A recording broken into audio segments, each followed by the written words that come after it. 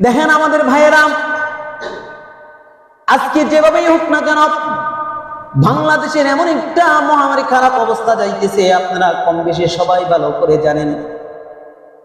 সবাইকে সোশ্যাল মিডিয়ার মাধ্যমে, অনলাইনের মাধ্যমে বিভিন্নভাবে আপনারা খবরাখবর জানতেছেন, নিজের চোখে দেখতেছেন। যেই জিনিসগুলো দেখতেছেন আজকে তাদের হয়েছে, কালকে যে আমাদের হবে না এরকম কেউ গ্যারান্টি দিতে পারবেন নাকি বলেন? কিছু কথা, কয়েকটা বিষয় বলে তুলি। তারা চিৎকার করে কান্না করতেছে। কিছুদিন আগেও তাদের বাড়ি ঘরে কোটি কোটি টাকার সম্পদ ছিল, কোটি কোটি টাকার দ্বন্দ্ব ছিল। কিছুদিন আগেও তারা মাথা উঁচু করে দাঁড়িয়েছিল। আজকে তাদের এমন অবস্থা হয়েছে, মুহূর্তের মধ্যেই বাড়িঘর সব কিছু শেষ হয়ে তারা নিরুপায় অসহায় হয়ে গেছে।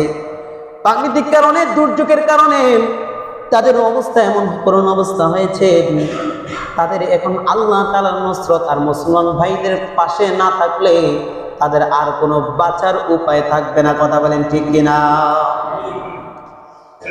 এখানে আল্লাহ রাব্বুল আলামিন দুইটা দেখবেন, মুসলমানরা তাদের পাশে আছে কি নাই, না থাকলে হাশরের ময়দানের জবাবদিহি করতে হবে। আর যদি পাশে থাকি আমার সামর্থ্য অনুযায়ী, তাহলে অবশ্যই হাশরের ময়দানে ওই জবাবদিহি থেকে আমিও বেঁচে যাব। কথা বলেন ঠিক কিনা?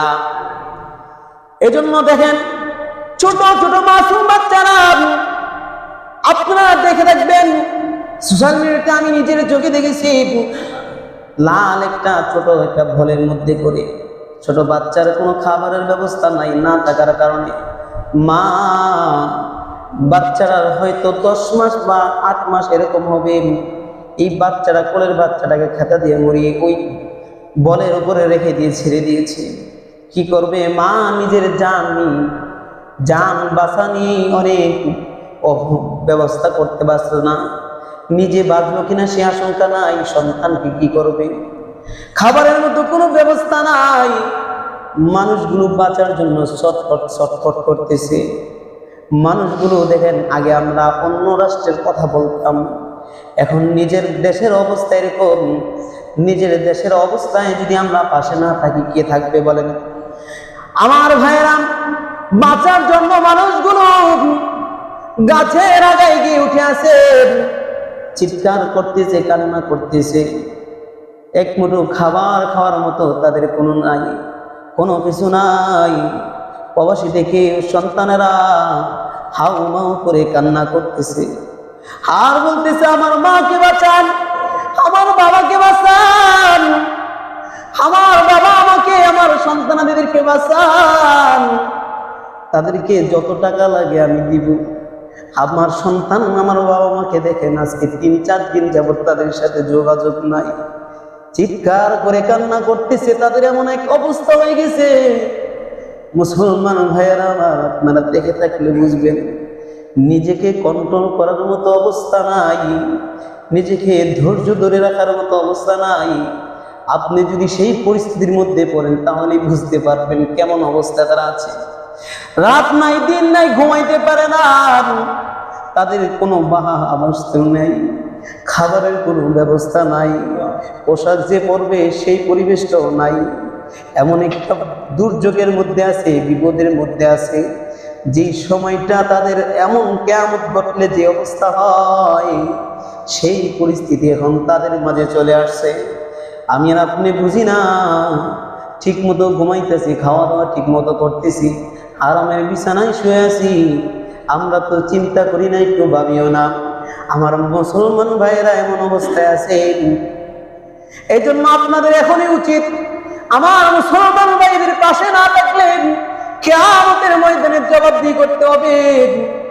আমার মুসলমান ফেনী ভাইদেরকে দেখলে বুঝবেন, বাংলাদেশে বিভিন্ন অঞ্চলে এখন বন্যায় কবলিত সকলের ভারী করে অবস্থা পর্যন্ত এমন পরিস্থিতি হয়েছে, যাদের একতলা বিল্ডিং ছিল, একতলা পানিতে ভরপুর হয়ে গিয়েছে। যাদের টিনের বাড়ি ঘর আছে, পানি বেশি চলে যাচ্ছে। যাদের পশু পাখি ছিল, পশু প্রাণীগুলো ছিল, সবগুলো মাধ্যমে ভেসে যাচ্ছে, সব কিছু চলে যাচ্ছে, বাড়িঘর সব বানাই দিয়া নিজেকে বাঁচানোর জন্য চিৎকার করতেছে, কান্না করতেছে। এখনো অনেক মানুষ আছে যে জায়গায় এখনো পর্যন্ত কেউ গিয়ে পৌঁছাইতে পারে নাই। এমন একটা দুর্যোগ অবস্থায় কারো নাম দিব না, কারোর দোষ দিব না, নিজের দোষ দেই। কেন নিজের দোষ দেই? এটা আমাদের নিজের পরীক্ষা মনে করব। পরীক্ষা মনে করে যেভাবে হোক, অনেকে বলে মোকাবেলা করব, মোকাবেলা করা সম্ভব না। মোকাবেলা অর্থ সে আমার সাথে লাঠি নিয়ে আসছে, আমি তার সাথে লাঠি নিয়ে লড়াই করা অর্থ হইল মোকাবেলা। মোকাবেলা কোনো দুর্যোগের সাথে, বিপদের সাথে, আযাবের সাথে মোকাবেলা চলে না। আপনি পানির সাথে মোকাবেলা করবেন, আসমানি পানির মাধ্যমে কিভাবে মোকাবেলা করবেন? সম্ভব? আসমান থেকে যে আল্লাহ রাব্বুল আলামিন বৃষ্টি বর্ষণ করতেছেন, আজকে এক সপ্তাহ যাবত লাগাতার বৃষ্টি চলতেছে, এই বৃষ্টির মোকাবেলা করা সম্ভব? সম্ভব নয়। এই জন্য আল্লাহ তাআলার কাছে এক নম্বরে সাহায্য চেতে হবে, আল্লাহ তাআলার কাছে সহযোগিতা চেতে হবে, আর গুনাহ মাফের জন্য বেশি বেশি ইস্তেগফার করতে হবে। আর আমার মুসলমান ভাইদের জন্য করণীয় হলো সর্বোচ্চ আমার আপনার চেষ্টা অনুযায়ী সর্বোচ্চ তাদের যতটুকু পারি, আমার বেতনের, আমার ইনকামের 3 ভাগের 1 ভাগ হইল তাদের পাশে দিয়ে থাকার চেষ্টা করবো। রাজি আছি তো ইনশাআল্লাহ? কে কে রাজি আছে? হাত তুলে আল্লাহকে সাক্ষী রেখে বলি যে আল্লাহ, আমার ইনকামের 3 ভাগের 1 ভাগ ফেলে দিয়ে থাকবো। আমি ইনশাআল্লাহ, আমি এই নিয়ত করে রাখছি। আমি নিজে ক্ষুদ্র আয়ের মানুষ, সবাই যারা নিয়ত করেছেন আল্লাহ সবাইকে কবুল করে সকলে আমি আমার গল্পটাই বলি উৎসাহ দেওয়ার উদ্দেশ্যে। আমি নিয়ত করে রেখেছি যে আমার যে বেতন আছে, যে হাদিয়া আছে, সেই হাদিয়া থেকে 3 ভাগের 1 ভাগ আমি তাদের পাশে দিয়ে থাকার চেষ্টা করব। কেন? তাদের যে অবস্থা দেখতেছি, এই অবস্থাতে যদি তাদের পাশে না থাকি, তারা একদিন অভিযোগ করবে আল্লাহ তাআলার কাছে, তখন কি জবাবটা আল্লাহ তাআলার কাছে দিব? এই পরিস্থিতিতে যদি আমাদেরকে আবার ফালায়, তখন তারাও আমাদের সাহায্যে সহযোগিতায় বিপদের পাশে আসবে না। কথা বলেন ঠিক কিনা? এজন্য এখনই আমাদের প্রত্যেকটা মুসলমান একটা দেহের ন্যায়, অঙ্গের ন্যায়। রাসূল সাল্লাল্লাহু আলাইহি ওয়াসাল্লাম সবসময় দোয়া করতেন বৃষ্টি আসলে, যে তোমরা বৃষ্টি আসলে শান্তি অনুভব করো, খুশি হও, আনন্দিত হও।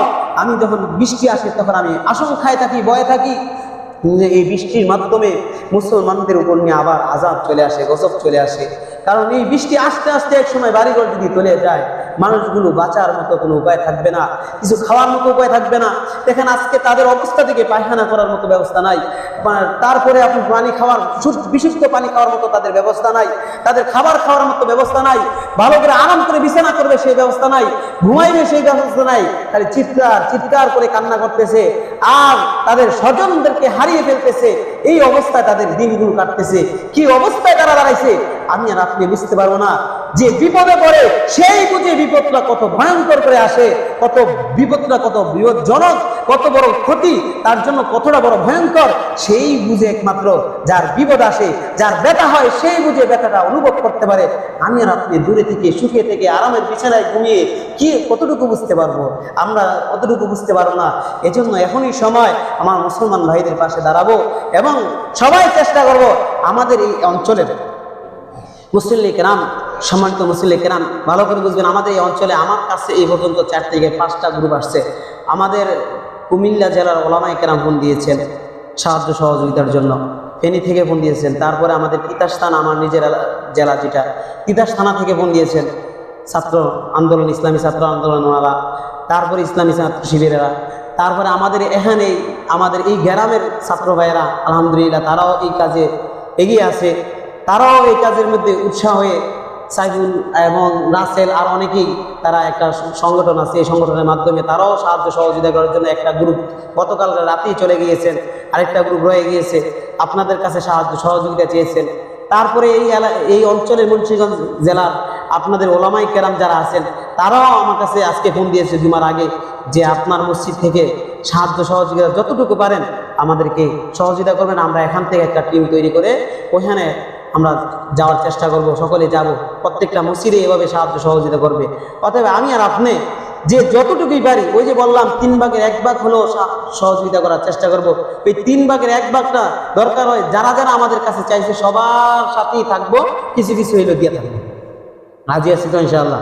পারবো না আমরা? এটা আমরা সবাই পারবো। এজন্য আমরা সকলে চেষ্টা করব। এখন